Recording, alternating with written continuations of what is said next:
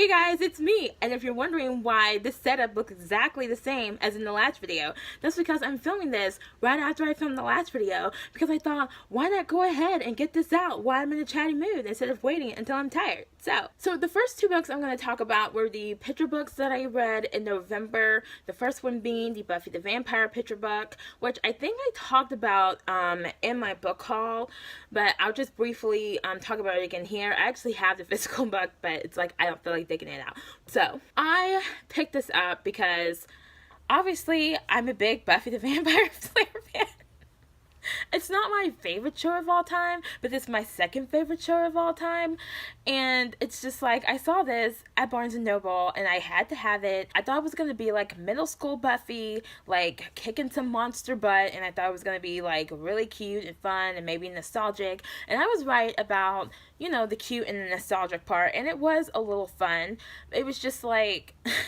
It just wasn't what I thought it was going to be. Like, it was about her being scared of the dark. I put that in quotation marks because I'm like, she wasn't really that scared of the dark. She was scared because there were actual noises coming from her closet.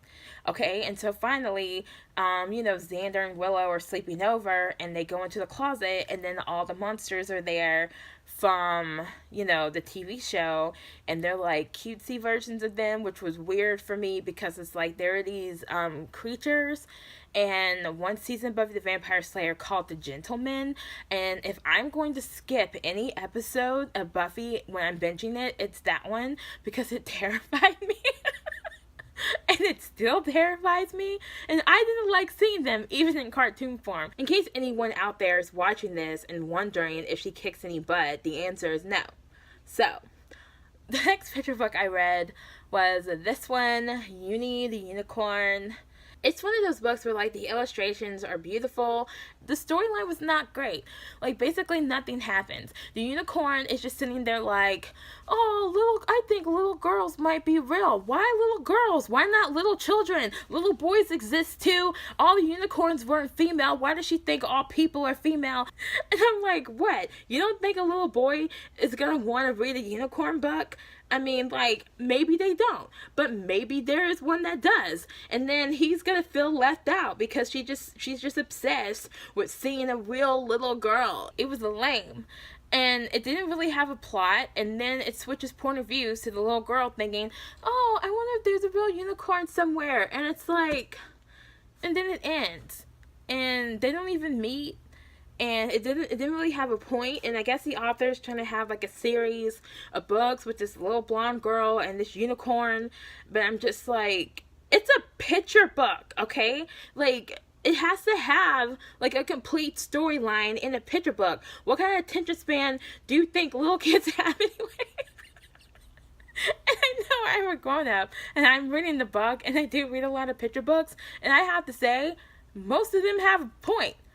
All the ones I've read, except for that one, have a point. They have a story that they're telling in that book. And if you want the story to continue in another book, like, that's totally fine. But there needs to be a point in the first book, and this one didn't have it. And I was just like, it was just lame. It was lame, and it was lazy. So, anyway, moving on to the only book I read and finished in November is Pippa. And you can see the picture here. I'm not going to try to butcher this, you know, author's name or anything, but this was interesting, but this is really interesting, but I don't know what to say about it. Like, I finished this book, like, beginning of November, because, like, it wasn't that hard to read, and it went by pretty quickly, and it wasn't, like, super long or anything, but I've been done with that book for 3 or 4 weeks now, is what I'm saying, and I'm still disturbed. So, like, it was actually disturbing. It was so disturbing. And I don't even know what to say about it because, like, I don't want to, like ruin anything because it's, like, it's just one of those, like, like, the pacing isn't super fast, but it's not boring, like, at all. It's just, like, it's just psychologically very disturbing. So I saw some people on, like, Goodreads, like, calling it, like, a psychological thriller, and I'm like, to me, a thriller denotes, like, a fast-moving pace, or, like, some kind of, like, crime or something that you're trying to solve. To me, this was more like some kind of really twisted coming of age YA contemporary dark fiction book, but it wasn't horror. Like, doesn't this cover look like it's a horror book? Like, I thought it was horror, and I thought it was, you know, gonna be dark and creepy and twisted, but in a horror kind of way, and instead it was dark and creepy and twisted and a very screwed up contemporary kind of way. Like, I can't even explain it. I'm just like, I got to the end of that book and I was like, what the F did I just read? Like, did I just read what I think I just read? And like, you kind of see hints of it as you're going along, and it's like, even though like I was right about some things, like I was like, I wasn't right about like everything, and I don't know, I was just like, I was just so disturbed. I was so disturbed. But anyway, the book, let's talk about what the book is about. It's about this girl named Pippa, and we follow her, I think it starts off when she's 8, and we follow her from 8 to 16, and, oh my gosh, it's just so messed up. It's so messed up. And, but, oh my gosh, but anyway, the writing was so good.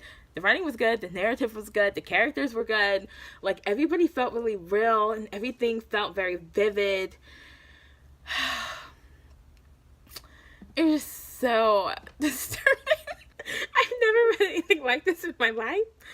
I'm not sure I would have read it if I knew what it was about, but at the same time, it's like, it was really good, and I didn't want to put it down, and I just wanted to keep reading, and I was just so like immersed in it, and the world was just so real, which made it even more disturbing.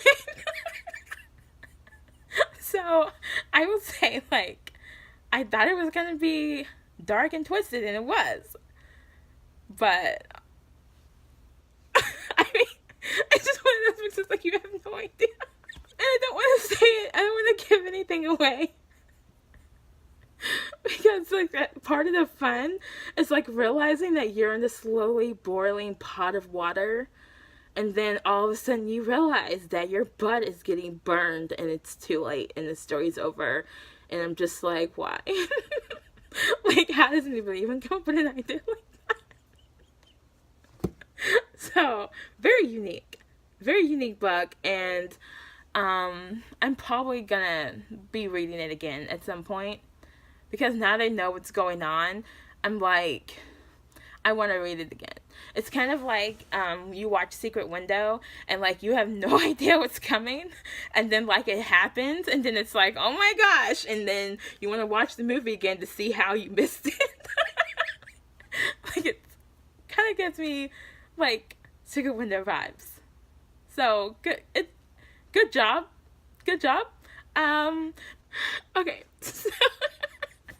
So the last book I read was The Legend of Sleepy Hollow by Washington Irving. I just want to say this book was published in 1820, and I have to say a couple things about that. One, there are words that they used in colonial America that we do not use now, and they were not footnotes, so I didn't know what some of those words meant, and I was an English major, so I was able to use context clues or whatever, and like, you know, get a general gist of like what some of those words meant, but some of them, like, I just gave up and just moved on. Also, I want to say, people must have been real bored back in the early 1800s. So even though I read the story in this book, but I also have like the ebook, and I'll put a picture of it here, because there's like a couple extra weird pages at the end of the story that's not in the edition that I have. And the book is completely free, so if you want to read it, most like really old classics you can find for free somewhere. So I picked up mine at Amazon. So I have to say, like, maybe 10 to 15% of this story was like really interesting and kind of creepy, and it, you know, it really just made me want to watch the movie again, which I totally did. I had never read this book before, okay? So, I never read this story. I kind of hesitate to call it a book because, like I said, in this edition, it's only 33 pages long. and that's not very long. And so I was like, oh my gosh, I ought to be able to read this in like half an hour. No, it took me 2 days because I kept putting it down because my brain actually hurt. I would say easily, I don't know, 80% of this story is description of hills and trees and lakes, and also people's clothes and their hairstyles and their horses. And even with all that description, I still couldn't picture anything. It had these long, rambling, super poetic, super, like pretentious, like all these big words, just rambling, and it had a couple of asides, and the sentence would be like, take up a blog of about this big for one sentence, and I'm just like, what is the sentence about again? But it was still really interesting. And the reason why I read it is because like my current work in progress, my current story that I'm writing, that I'm working on, it's set in a very remote, kind of haunted, sleepy town. And so it's like, haha, haunted, sleepy hollow, I'm gonna read this. And so overall, I did like it, and especially the end when all the over description was done, and all the explanations on who these random village people were that you don't care about and you never see again. So when they are mentioned again, you don't remember who they are. Like there's some guy whose last name is Van Ripper, and when he was brought up the second time, I was like, who is this guy again? And it was just really hard to read. I can see where, especially maybe back in a slower kind of time where people were very bored and they didn't mind sitting through, like 15 minutes of description of somebody's, suit, and like maybe that was interesting back then. And I can see why, it's a classic. It brought up some things that, I didn't think about mentioning in my own book. And it just gave me like a vibe, that was helping me like get more cemented and the vibe of my story. But I would say probably only about 10 to 15% of the story is actually plot. So this 33-page story probably could have been, about 10 pages. But yeah, the Headless Horseman was creepy, like especially at the end. And I was just kind of like, oh my gosh, what happened? So I wouldn't say November was a bad reading month at all. It was just kind of a lazy, kind of slow, lackadaisical kind of reading month while, I adjust to, the darkness outside and the temperature change. But I am all adjusted now. Doesn't mean I'm going to read a lot in December, because I don't normally just read a lot in December. But who knows, I might. And if I do, you would definitely hear about it. So that's all for this video, and I have a couple more videos planned for this month. I know, what is this, right?